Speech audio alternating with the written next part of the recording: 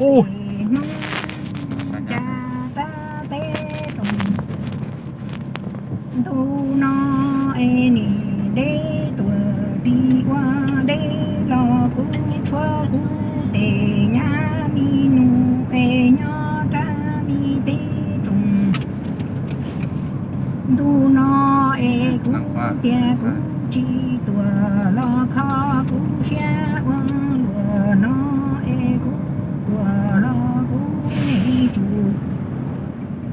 dây tuổi mu la cha e cú tuổi nó lo nè nó tia lù lia tuổi nhớ đi cá mò lỡ tê cơm xe ngủ nghỉ đây này. ni vậy cha mi tê trùng thu nó đê hoa lúa nó chi tuổi lo chúa rong nừng mô rong nuôi tuổi lo nỉ chủ rê tuổi lan thu e tuổi tê nó tia tê lù lia tuổi nhon đi xuống Nhưng mà tôi cứ nhân lên ấy nhá, ăn làm trôi nhá. mi nuôi tuổi cho cha mi tê Em mở với 2 giờ 1 giờ ăn được. tu Xong mình đi kiếm chỗ nào chơi để ăn xong rồi đi nghỉ thôi. Nghỉ ngơi xong tí. Chưa thì đi. Đi kiếm chỗ nào đi xong rồi cầu kính để ngày mai đi đi. Đi một buổi thế nên thì không bó tiền ấy. Làm đi thì anh đi phải đi lâu lâu tí chứ nhỉ. Đi gần hết ngày thì mới có tiền đấy. Nhưng mà cho kia có cái gì chơi nhỉ? Có nhiều thứ mà.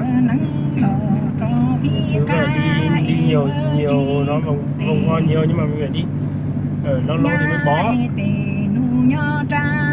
Còn lâu đi một tí thì mất tiền đâu ăn, phải không?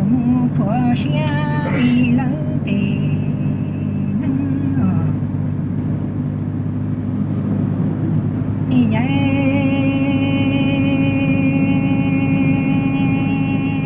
tuổi thơ cha mi tê trùng thu nó e đi chê lo tờ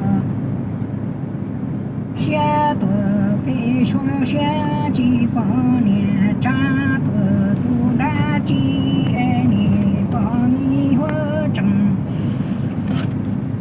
hơ trâu trâu tê xì rơ nhà lòng thế ni tuổi cho cha tê trùng thu nó yuan yuan trò yuan nắng lò ta đi ca en che yuan cho cú lòng nhá mi nu tuổi nhóm thuộc lỡ chê ni tu xa qua lùa nó